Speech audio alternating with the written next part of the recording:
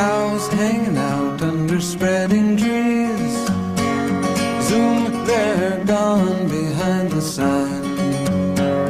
White letters pointing to the long white line, and I'm going to the country. Oh, la la la la la. Going to the country, sunshine, smile on me. I think it was July 2006. Bruce and I had been thinking about retirement. What should we do? Where should we live? Hi, I'm Kathy Clark. Let me tell you how this project came about. Bruce and I have been living in Florida for several years. There are some good things about Florida. The beaches, for instance. The magnolia blossoms.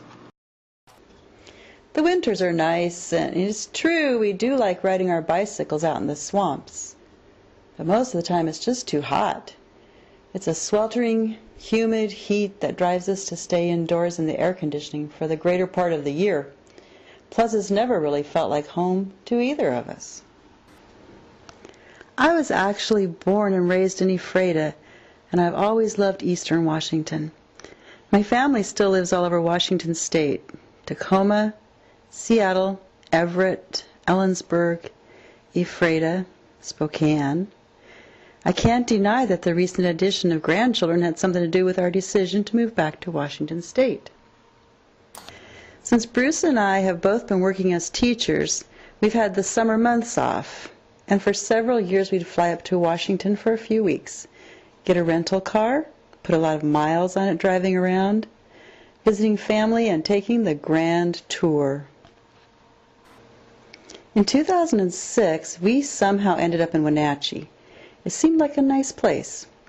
We fell in love with all the bike trails and the beauty of the Columbia River and the nearby mountains. So I said to Bruce, "How would you feel about this area as a place to retire?"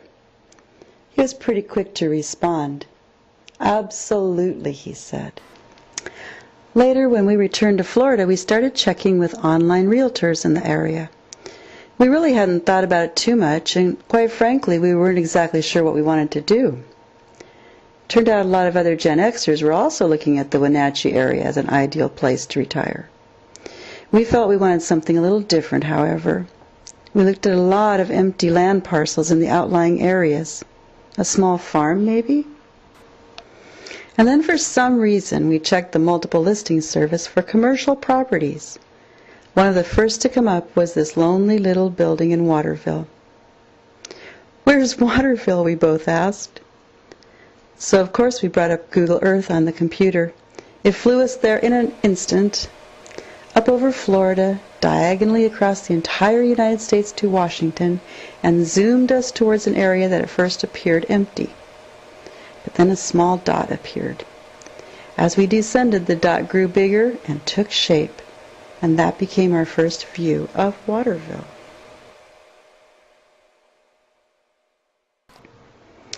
There we were, our heads up over the clouds and all the world below to see.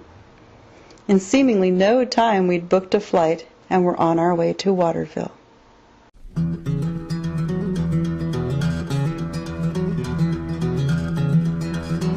The dream was beginning to focus into reality, like out of some misty legend, with a history that Western story writer Louis L'Amour himself could not improve upon. 17 single men and 1 single woman. Waterville, the settlement once known as Sourdough Flat, right down Badger Mountain from Thieves Gulch. It's quoted in the 1904 book, An Illustrated History of Big Bend Country. Talk about scenery. What's the matter with the view that may be had any day from Waterville? To the south skirt the Badger Mountains. Farther away to the west extends the Cascade Range with their snow-capped peaks rivaling one another in their ambition to reach the skies. As the eye follows along to the north, it will see Mount Chelan, the home of every wild animal known to a north temperate zone climate. and a landmark for all tribes of Indians to the northwest. Next, the beholder views the rugged mountains of Okanagan County, their bosoms filled with gold and silver, and rivers glistening with mountain trout. When this interesting panoramic view has been satisfied, let the eye rest on the great expanse of rolling prairie of thousands of acres, here and there dotted with the cabin of the immigrant, where peace, happiness, and contentment dwell as nowhere else in the Big Bend. In the midst of this scene is the mighty Columbia River winding its way through the center of diversified resources, as though to serve as a medium to float the overproductions of the country to the sea. When an observatory has been erected at Waterville, no city in the world can excel her in extent and variety of natural scenery.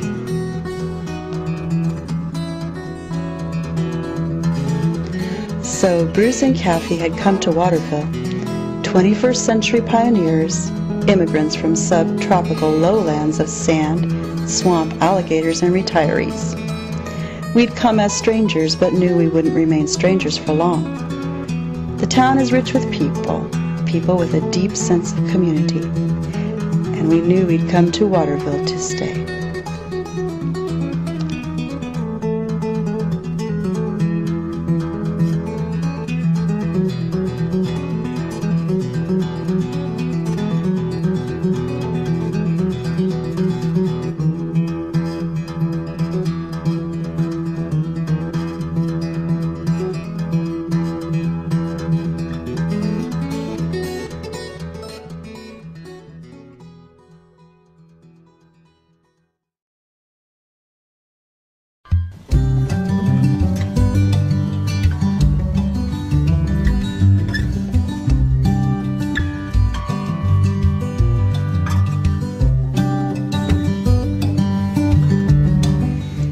Okay, Bruce, I think we need to tell them the truth here.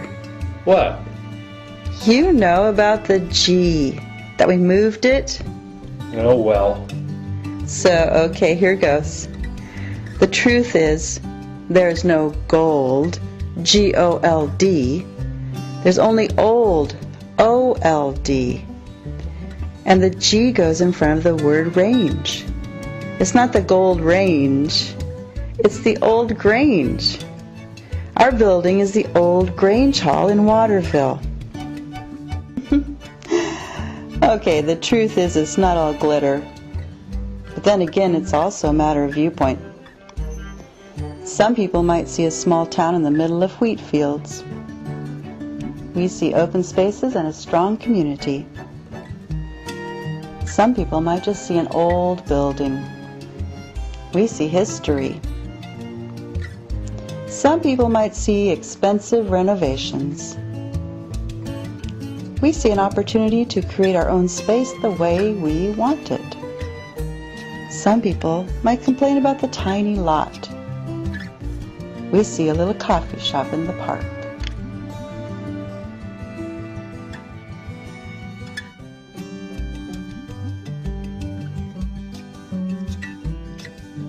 Think of the possibilities.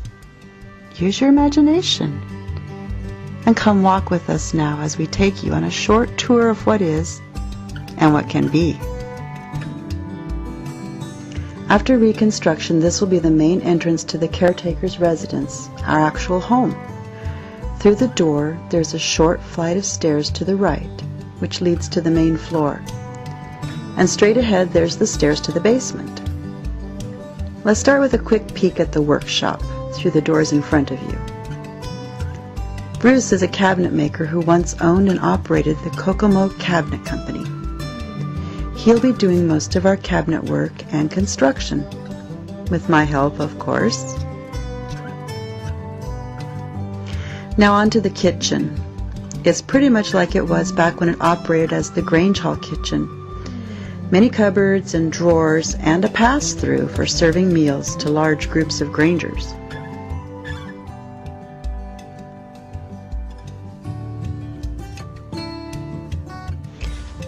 Now let's take a look at what can be. What you see here are some plans that Bruce and I put together using some high-tech software. Again, you'll see the door that will be our outside entrance.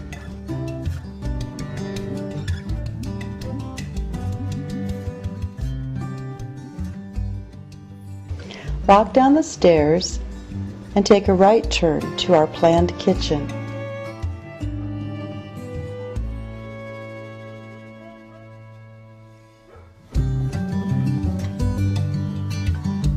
How do you keep historical integrity, but add some flair along with modern conveniences?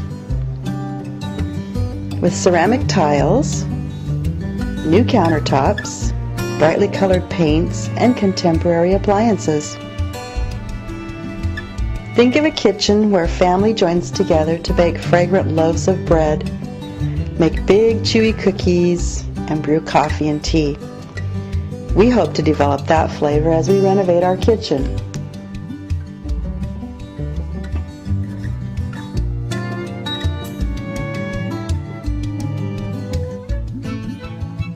On to the restrooms. We won't dwell on these images, however. In their present state, they're rather sad looking.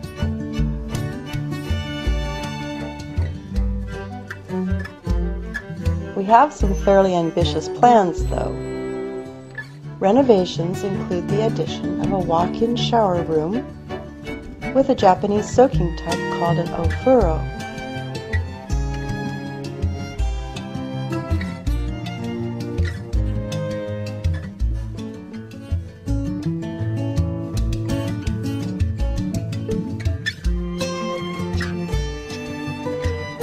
The shoji wall carries on the Japanese theme through the bathing area.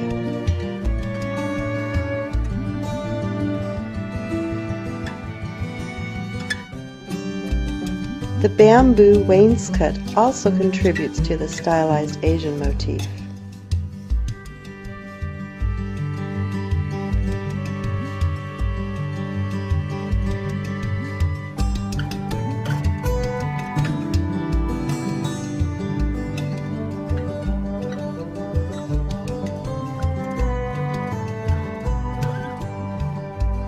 Okay, let's go upstairs and have a look around. This is the main hall. Eventually, it will be the business end of the Blue Rooster, our coffee and ice cream house. Now, step into a conceptual future with us for a while. It's our concept for the main hall. It's still a ways off, but this will give you some idea of our plans. Ah, yes, the exercycle.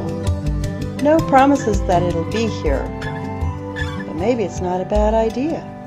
After all, we won't be selling any diet products in our shop. We wouldn't think of moving out the old Grange Hall piano. What a colorful life it must have had. And we're thinking what colorful lives it may yet inspire. Any skilled hands wanting to tickle the ivories, please feel free to pull up a seat and entertain us all.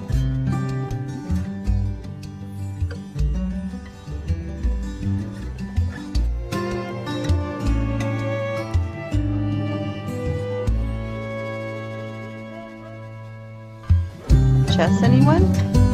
Or how about a quick game of checkers?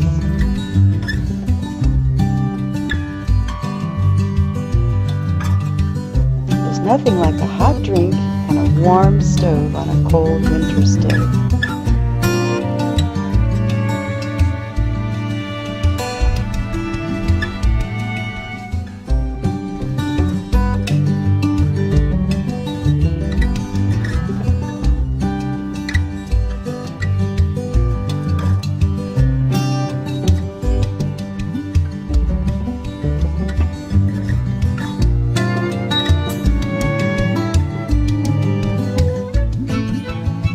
And on those warm summer afternoons, nothing cools like a big scoop of your favorite ice cream.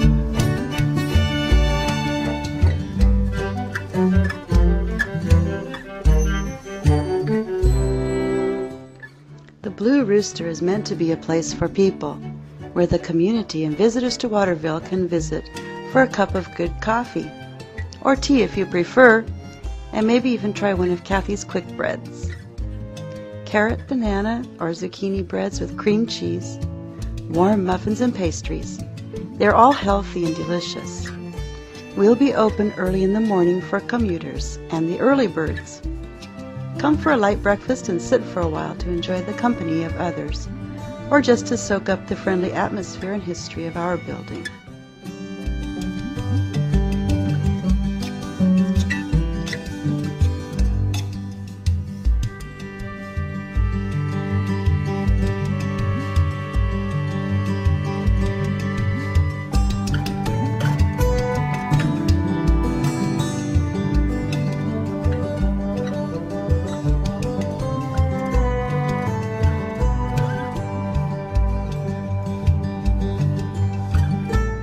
We've heard it said before, location, location, location, and this location seemed to call out to us.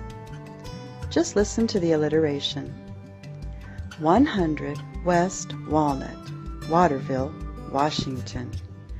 What a wonderful address. Location indeed. The Blue Rooster looks out on a lovely little park.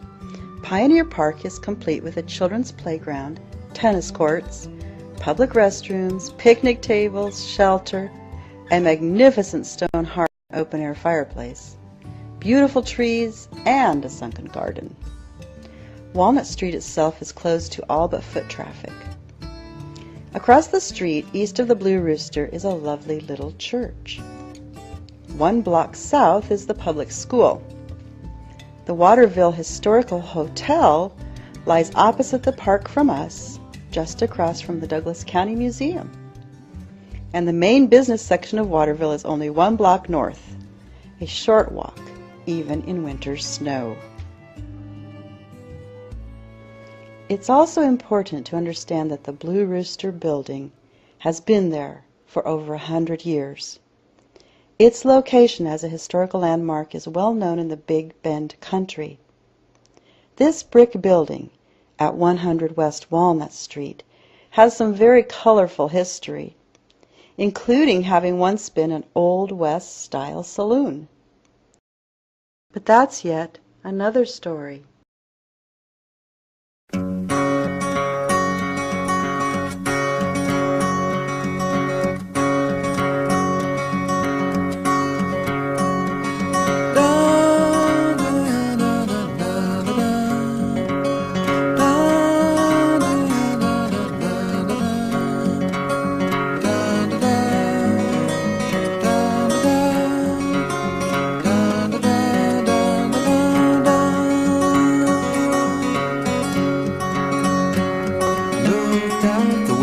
What do I see? Cows hanging out under spreading trees. Zoom, they're gone behind the sign. White letters pointing to the long white line. And I'm going to the country. Oh, la la la la la. Going to the country, sunshine, smile on me.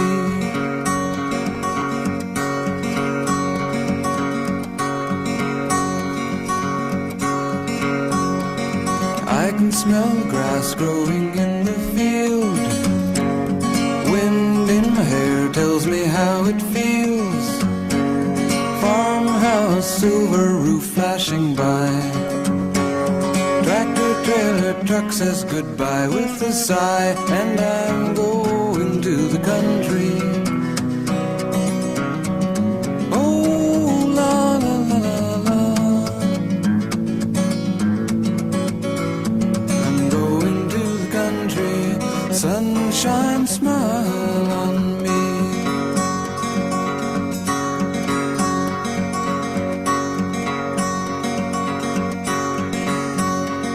Birds singing, I'm singing in my bones. Doesn't much matter now where I'm going. Get it